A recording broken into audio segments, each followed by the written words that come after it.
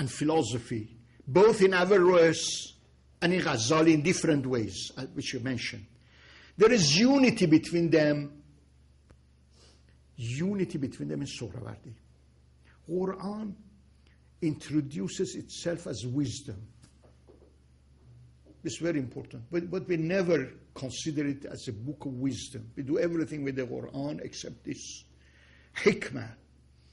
يُعَلِّمُهُمُ الْكِتَابَ وَالْحِكْمَةَ mentioned in the Quran means that Prophet is the teacher of wisdom. He himself should be wise. Otherwise, how should we teach wisdom? As a book, and really Quran is the greatest book of wisdom. From Bismillah, from Rahman, from Rahim, from Alhamd, from Lillah, from Rab, from Alameen. Each word has a very profound metaphysical significance, if we understand.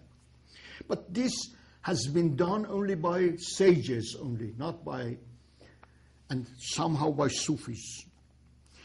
So one of the greatest achievements of Sohrawardi was reconciliation between two kinds of wisdom.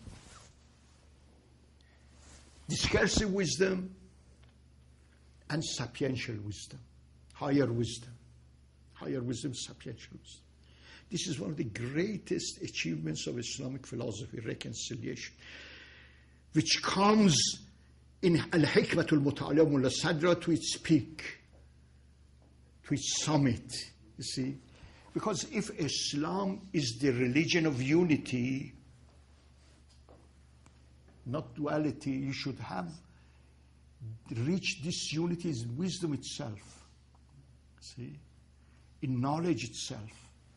And this is accomplished starting from Avicenna, continued by Sohrawardi, and down to Mullah Sadra. This is a very great achievement.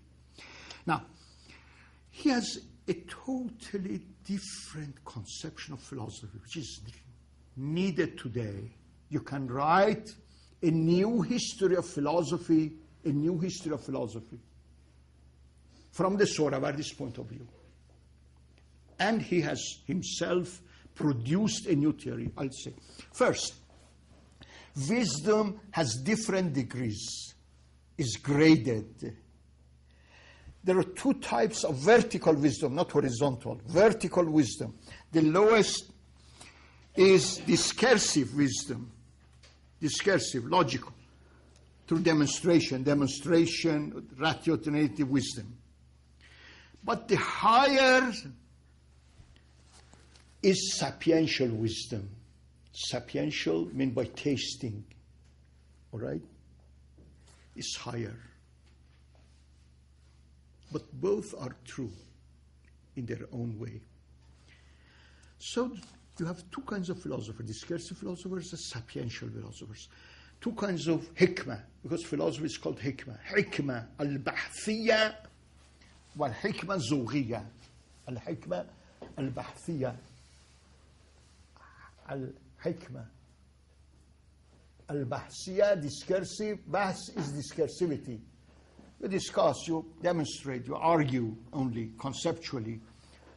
Wal-hikmah, thank you, al-zawghiyya. Zawq means to taste. Zawghiyya is higher, but bahsiyya, if it is hikmah, still it is hikmah.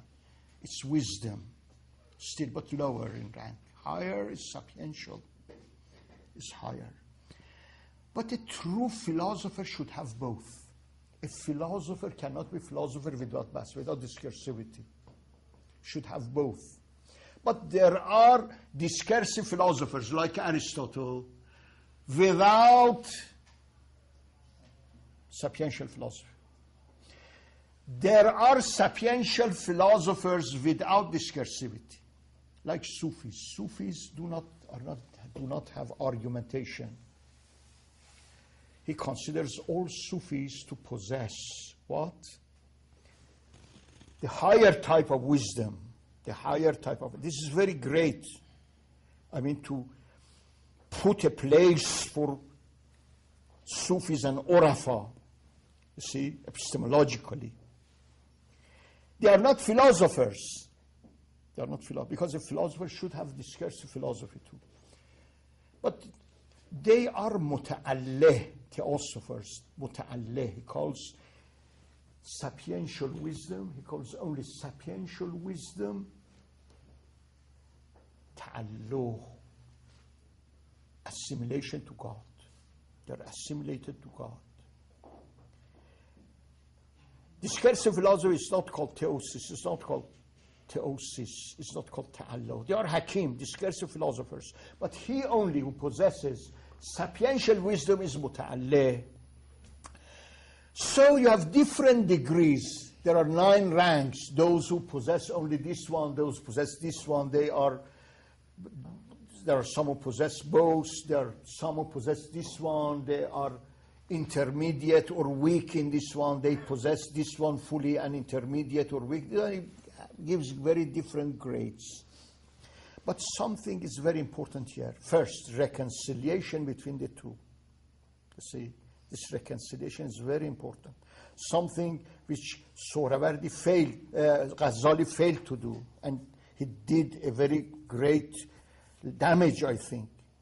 You see, even if he succeeded in introducing this one, but he failed to reconcile the two. Reconciliation between the two can be reconciled in one person. And a person is able to reconcile his imam, he's a spiritual leader. Only a spiritual leader can do that. All right?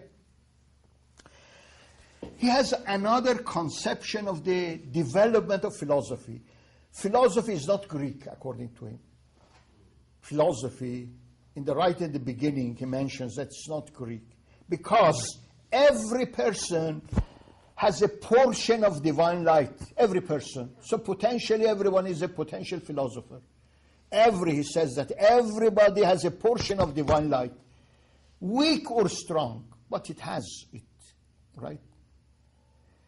And God is not stingy. God is not stingy. Bakhil. Envious. To deprive all nations from wisdom. So he's not stingy. So God has given wisdom to all nations. So this is against the theory that it is Greek. It's a universal wisdom of God. It exists everywhere. Everybody has potential in him. And God is not stingy, has given it to all nations. And all people are wise people, east, west, and so. As to the development of history of philosophy, you see, philosophy started from prophecy, from Idris, the son of Adam, called Idris. Idris in Jewish literature is called Seth, Sheath, Seth. In Islam it's called Idris. In Greece, in Plato, it's called Hermes. Hermes was a intermediator between God. Hermeneutic comes from Hermes. Hermeneutic, he interpreted the things divine to humans and humans to gods. So it's Hermes in Greece. It started from Hermes, Sheath, and Idris by a prophet. And it came in 2 ways. In 2 ways. All right? One way is Western, from Egypt to Greece, and then to Muslims. Second, from Iran, again, and Muslims inherited. I mean, they have 2 ways. I mean, Greece is not the starting point. The starting point is prophet, Sheath. And he mentions all the links, the people, important people who were contributed to this development. So it's a universal phenomenon. The important thing is that. Now, I mentioned you should work on that. We have some recent words like phenomenology, right? But true phenomenology you have here. I mean, very, very superficial phenomenology you have in Husserl. Husserl himself had read Sohrawardi. Sohrawardi was translated into Greek by the famous Horton. Horton was a very great scholar who translated many, many works, living in the end of the 19th century and beginning of early. He translated Hikmatul Ishraq into German. And Husserl's father-in-law was an Islamicist. His father-in-law was an Islamicist. I say it from people who have inquired and written articles on that. In any case, but you have a divine phenomenology and very superficial phenomenology in Husserl, in my opinion. How? The elements of Sohrawardi is a divine phenomenology. First, he starts by light. You see, he's starting with his metaphysics of light, illumination. All right?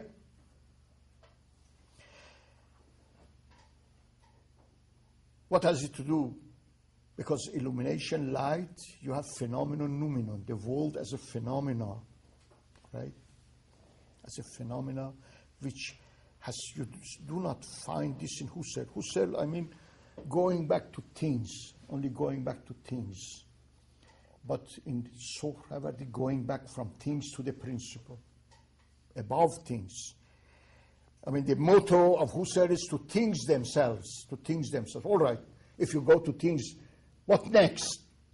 But you should go from things to their principle. This you cannot find in Husserl at all, nor in modern philosophy. So, to things.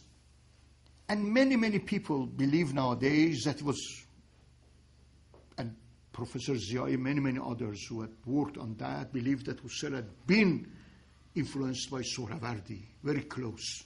I'll tell you how.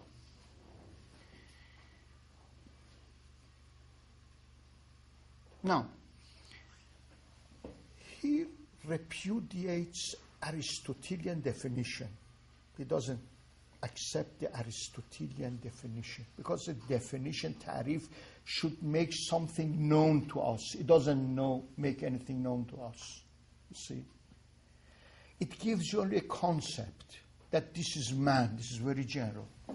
I want to know why this is so. Not a general, that's a motto. Why it is specifically so. It has this water, this color, this, you see. When I see it as a phenomenon, I should discover its reality, noumenon, from this phenomenon. A definition removes all the characteristics of a thing. You see, all the characteristics. But I need these characteristics. Why has this color? Why this? You should be able to explain. But in any case. So he doesn't accept definition. Now we have two types of philosophy, sapiential and discursive. So he goes from this to that. This is very important in understanding Sohrawardi. Whenever he analyzes something, peripatetics discuss from discursive point of view, but he goes to a higher point of view and criticizes from this vantage of view, this vantage point, he criticizes this vantage point. You can criticize, it is a higher, you see, this is a higher, sapiential wisdom is a higher stage. From that higher stage you can criticize this. And this is very important to understand Sohrawardi. You see, it's very important. Now, he doesn't accept helomorphism. What is helomorphism? The Aristotelian theories of matter and form. Instead, he accepts the Platonic idea. For him, Plato is the true philosopher, not Aristotle. I mean, the paragon of philosophy is Plato. He wants to revive Plato as against Aristotle. Aristotle is a discursive philosopher, but Plato has both. Plato. He goes back to the ideas of Plato, revives the theory of Plato. Now, there are differences between these two types of philosophy. There are certain differences between these two types. I write the differences first. This is based on the theory of light illumination, and manifestation. Light, you see. In certain philosophers, you find phenomenon noumenon. Phenomenon noumenon is based on the theory of zuhur, of manifestation. In Aristotle, you do not find manifestation at all. In Plato, no, you find this phenomenon noumenon. And it tells you how ideas are reflected here in this world. Everything is a reflection of divine ideas, right? So, one difference between these two philosophers, this one is based on illumination. The world as a phenomenon, you should explain the world as a phenomenon, how it has come as a phenomenon. Second,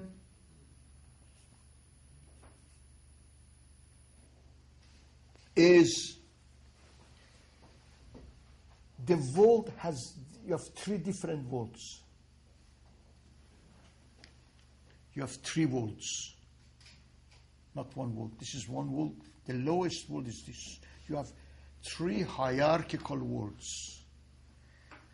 Material world, corporeal world, this world. The middle world. And the higher world, which is spiritual world. What we call roughly in Islamic philosophy, alam mulk, malakut, jabarut. Three worlds. In Aristotle, you do not find three worlds at all. You have this world together with some intellects. Those intellects are not world, individual intellects. But in this sapiential wisdom, all believers in sapiential wisdom, Plato, Sufis, believe in three vertical worlds. Plato calls this world, material world, the world of mathematics, the intermediate world for him is mathematical world, and the world of ideas. Others call by the name of physical world, the world of the soul and the world of the spirit. It doesn't, because they're two different, but they're vertical. Vertical means they are very higher in rank, and they are causal. That is the cause. They have descended from the God in that way. Above them you have God, and from God first come this world, and second this world, and third our world. You see, you should see things from that side. You see, from the principle. First come the intelligible spiritual world, then the middle world, and they're connected right now. Right now, for example, like I see this light comes me right directly from now. And being is like that, coming right now from the origin and descending to us. All right? Descending. This is very important.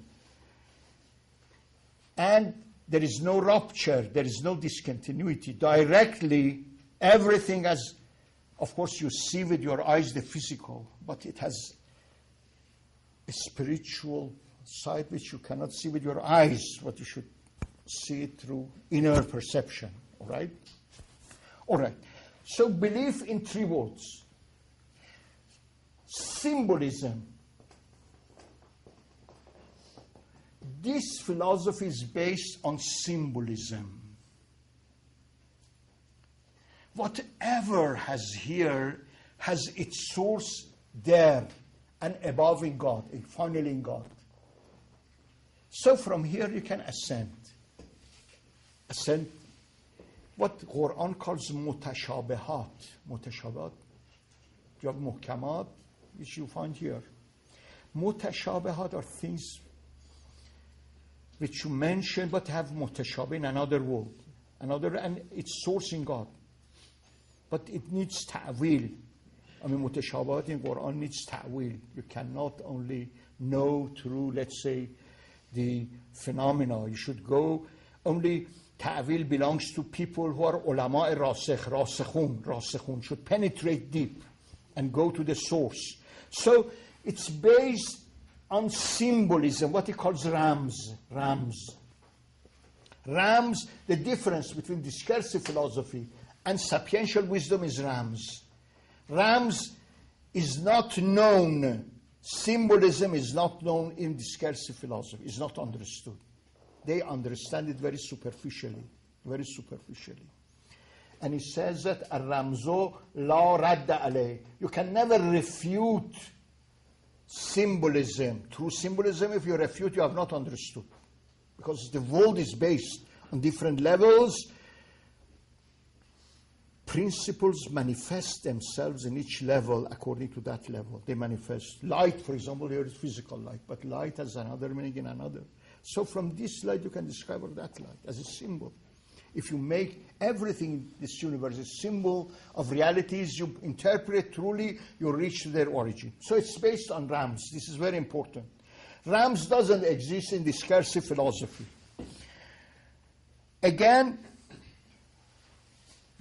it's based, Zawhi, this sapiential wisdom is based on pure Tawheed.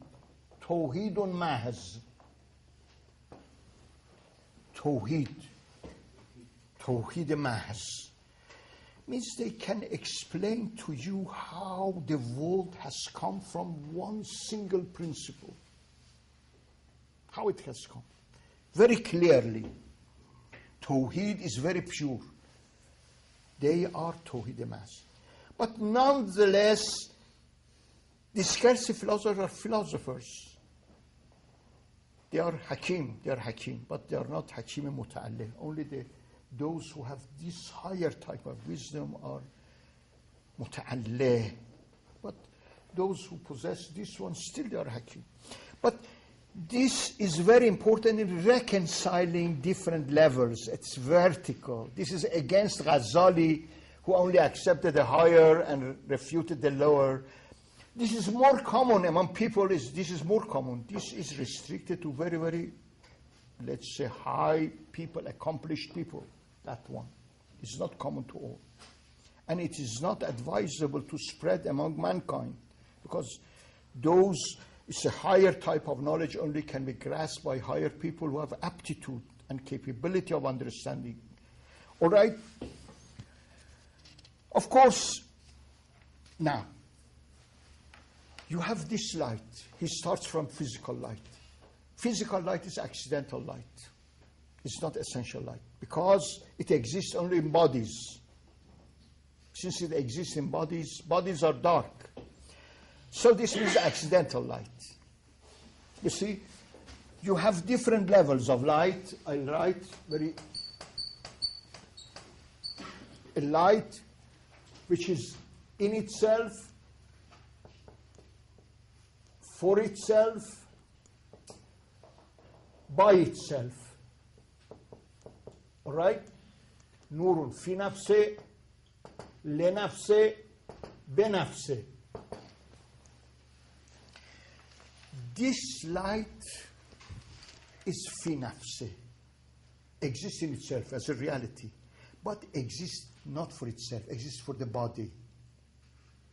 So it is not le nafse, it's not for itself, it's for the other. All right? It is not by itself, it has not created itself. Be nafse. So it is fi nafse, le ghayre. Ghayre means for the other. And by the other, caused by other things, it's not its own cause.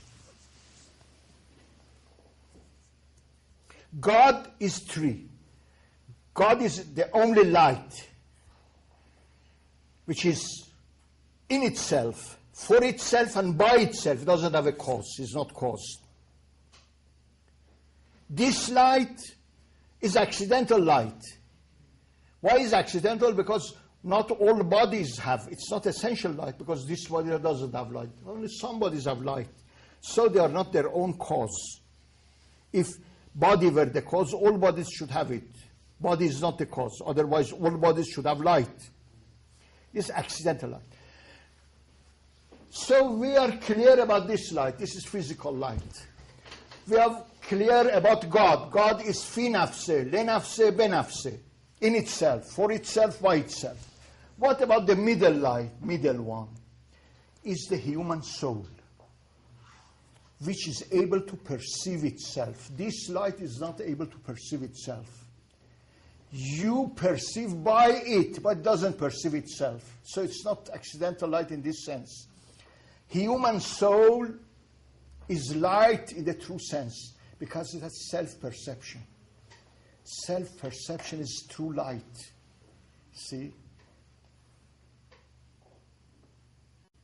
Self-perception, our soul is light because it perceives itself. To perceive oneself and to have knowledge is through light. All right? It's very great. So, but nonetheless they're created because they're not by themselves. The soul exists through God. Through God. It's only God is the light in itself, for itself, by itself. All right. Now, everything in this, you see, universe, why doesn't it accept the definition? Because that Aristotelian definition is very, very universal and conceptual. It doesn't explain the existence of a thing. You should, for example, why this one has light? We know that it's an electricity going back to a source. We know this, all right? This is the case with everything in the universe. In this universe, nothing can determine itself. Nothing can. Why this flower has this color and that flower that color? Quite different. Even if they are the same type, but each one is. It cannot be its own cause. It is not, cannot modify itself. You see, like Descartes, for example. Descartes says that you have two kinds of substances. The material substance and the spiritual substance, all right? And each substance has a modification. Modification of substance. You have read Descartes. Modification, all right? But Descartes does not explain, cannot explain in his philosophy at all, and this is very important, has never explained why this thing, this soul, or this body has this modification. Can it modify itself? No. Body cannot be the cause of its modification. It goes back to another source, to the angelic world, to the spiritual world. See? As this light goes back to a source of light, which is not the lamp itself. It's not the lamp, we know. So is in being. Everything which has a peculiarity, cannot be explained itself. Because all these characteristics exist in themselves, but not for themselves and by themselves. They are not the cause. All right? They go to the angelic, to another world. I mean, the explanation should be sought. See? In the higher world, like our actions can be explained by our spirit and by our soul, rather than our body alone. You cannot explain everything by the body, all right? This is a very, very great point, that beyond this world, material world, is a spiritual world. And everything is done that. This is very important in Plato too, Plato. And in ancient philosophy. And in itself, I mean, together. So that's why they deify matter. They give, nowadays materialists deify matter, give all the attributes of divinity to matter. And that's very bad. See, they do not deny divinity, but attribute all that. But in any case, he has many, many points. I do not want. You see, everything here in this world has of course, the world has many levels. Many levels. There are hierarchical intellects and horizontal intellects. That is intellects. Intellect, what we call in philosophy, intellect in religion, you call spirit.